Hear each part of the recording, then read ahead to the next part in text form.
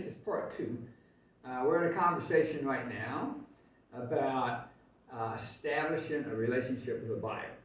So you approach them, you get to know them a little bit, you build a rapport, and then you ask them a question in the sense of, I find property for people, I live in the area, if you like, I can see if I can find what you're looking for, but always put in there, I work on commission. You want to get that across in the very beginning. You don't want, then somewhere down the line he's talking about money and he's maybe confused because he's got different decisions to make about the whole thing.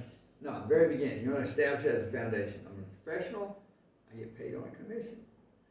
Now, as I said in the first one, if you look at part 1, I was much more explicit as far as exactly what to say and the steps to go through. But the step we're talking about right now, establishing a relationship with a buyer, and it can be of anything.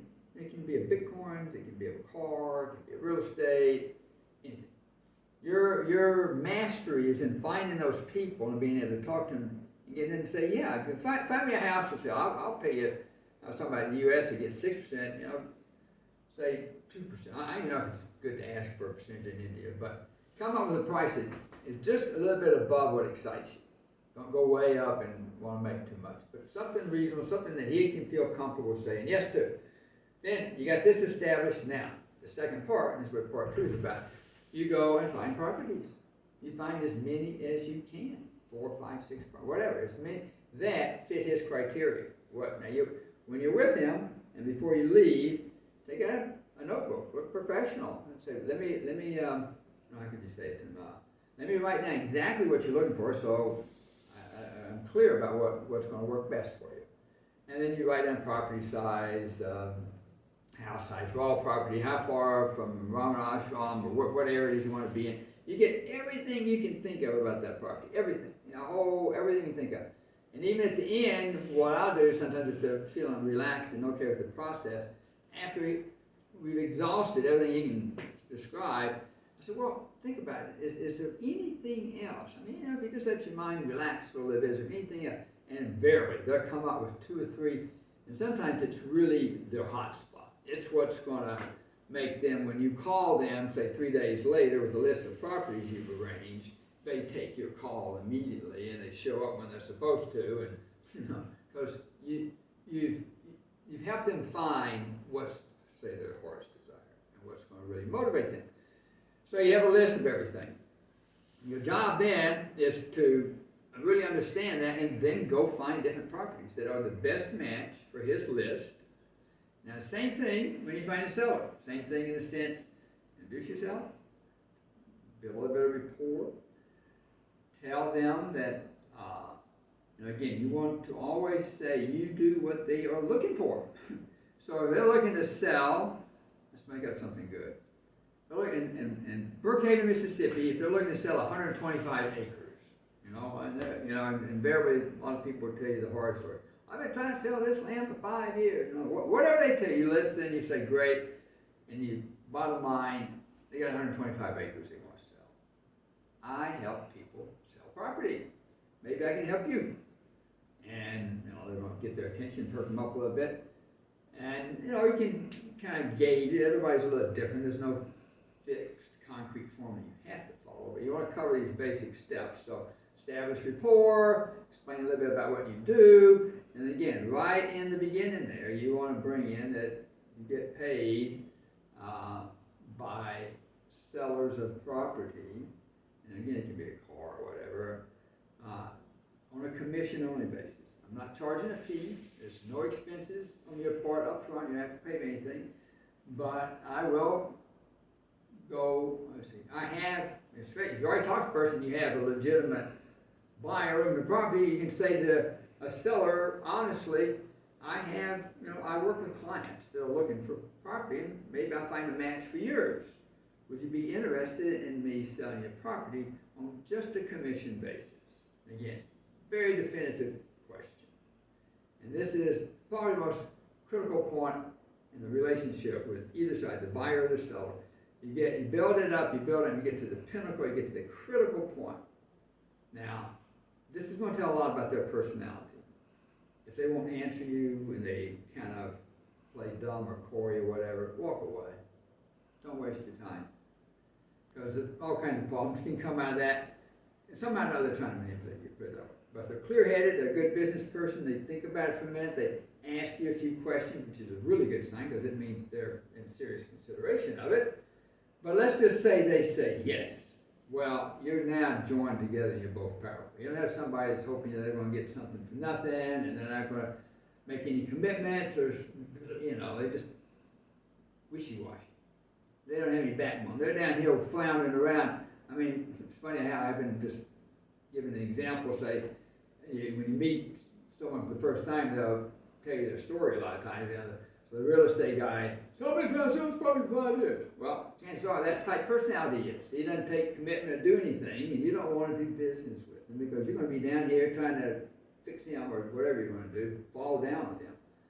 All right, he says yes, bam. Same thing. Get out the clipboard, write it down, take pictures, everything you can think of, but keeping an eye on whoever your client is. Because I've been talking about what you're going to get out of it, etc., right, which we got to start there.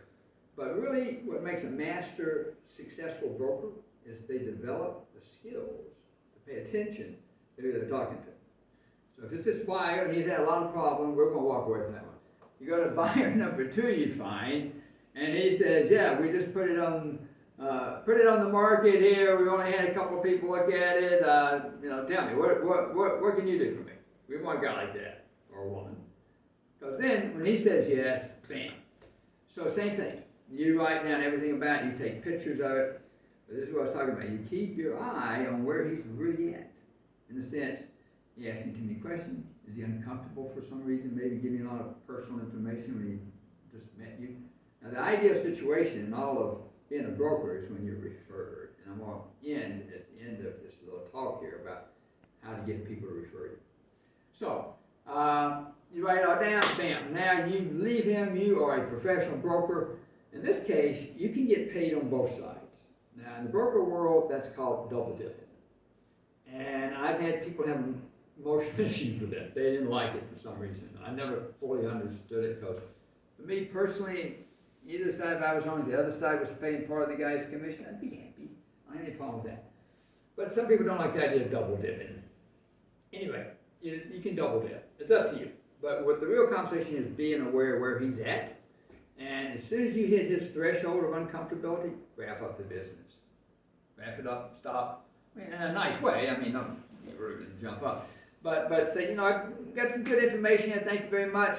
Can I call you in a couple of days? Let me do some work. Again, you want to be telling him, you want to be making things definitive. Can I call you in a couple of days? Let me do some work. That's music to someone's ears that's really like ready to sell the property. Because they'll stand up with you and you'll get that property sold.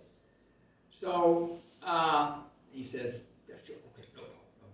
And first time I would not even make an appointment. Now in the West I would, but here in India I wouldn't make an appointment. I wouldn't want to leave anything in there that could create bad karma, create a broken agreement. My life, as I become more responsible, I'm very conscious about keeping my agreements, and if I can, I call the person. But I do business here, I do things here, and I have people tell me they're going to come over tomorrow. Oh yeah, for sure, and they never come, they never call, and I'm, kind of block that part of time in my day to spend with them.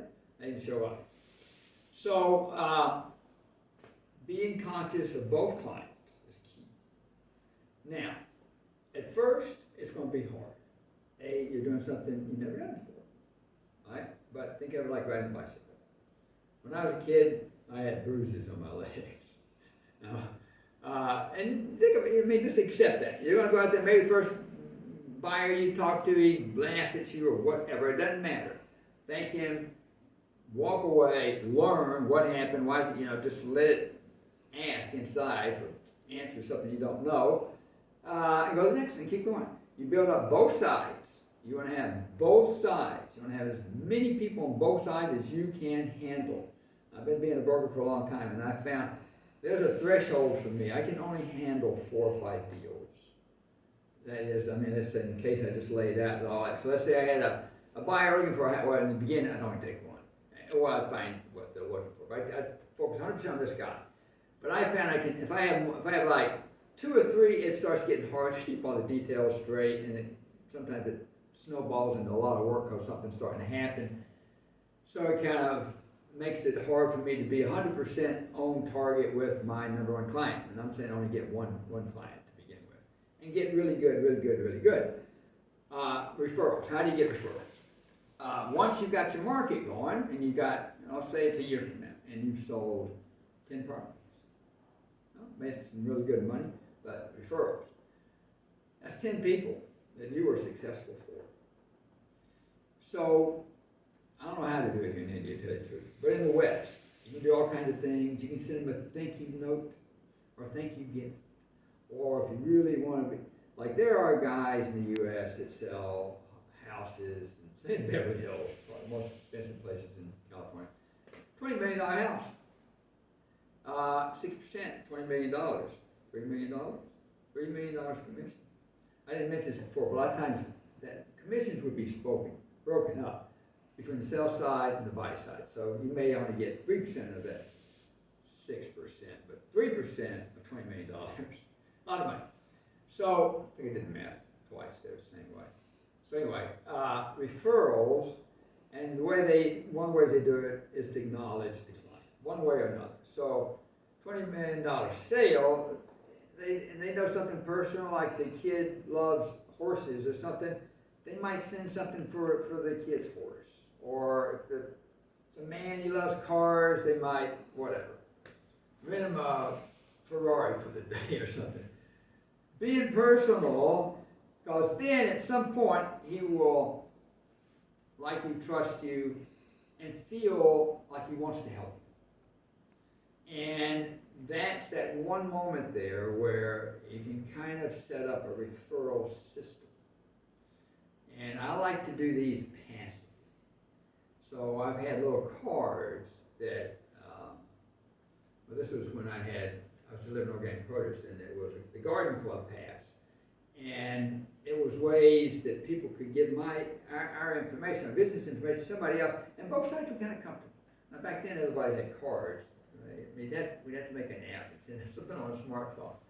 But you want to give the person, the client that you were successful for, some way that he can make a referral for you that's easy for him. So you have to invent that here in India. It could be a simple phone call, or take him to eat somewhere, or follow your gut. That'd be the best thing to say. Okay, this closes part 2 on how to be a broker. Again, this is how to be a broker in any field, in anything. You can broker anything. In a sense, the definition of the word broker is that you put a buyer and a seller together, you serve both sides, you find a way for them to fit together where they both say yes, yes, yes, money exchange hands, title exchange hands, and your commission falls out of the bottom. It's, for me, it's one of the, well, I've been doing it since 2006. I'm going to say it's one business I never get tired of. I've had businesses I can get tired of, especially the day-to-day routine. But in this, it's very creative. If you want some more information, if you'd like to have a private session with me, 30-minute complimentary session, let me know. And we'll set it up. Bring me a list of questions about your situation and what you want to do and where you want to go and what you think your issues are that you need to resolve, so you can be a highly paid professional broker. And in closing, let me ask you, what does that mean to you? How much would you like to make a year? Put it down in the comment fields, if you would kindly. Just put in maybe the area of the country you're in, you know, if you're in Iowa, put Iowa, and then $100,000 a year, or $500,000 a year. There's a saying, put in there whatever kind of, again, it takes you up to your threshold of believability, but just a little bit of it, you know. $1,000 a year, be good for, I'd be happy. So, you want to have it so that the goal is something that is believable to your subconscious, but it still gives you a little passion.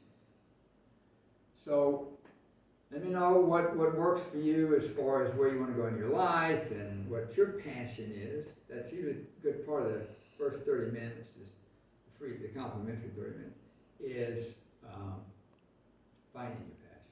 Finding what lights your heart up in the morning. And once it's up and working, when building things is one of the most challenging things I know of, because every day, something broke the day before, it means the next morning you got to deal with it. But once you're up and you're going and you're having a life where you wake up in the morning, you're happy, you're successful, you got plenty of money in the bank, you got love, you got bonds of affection. That's a new word I've heard. I like that. Isn't it really descriptive of the best of human relations? Have a shared bond of affection with them. Okay, that's it. Let me know how I can help you.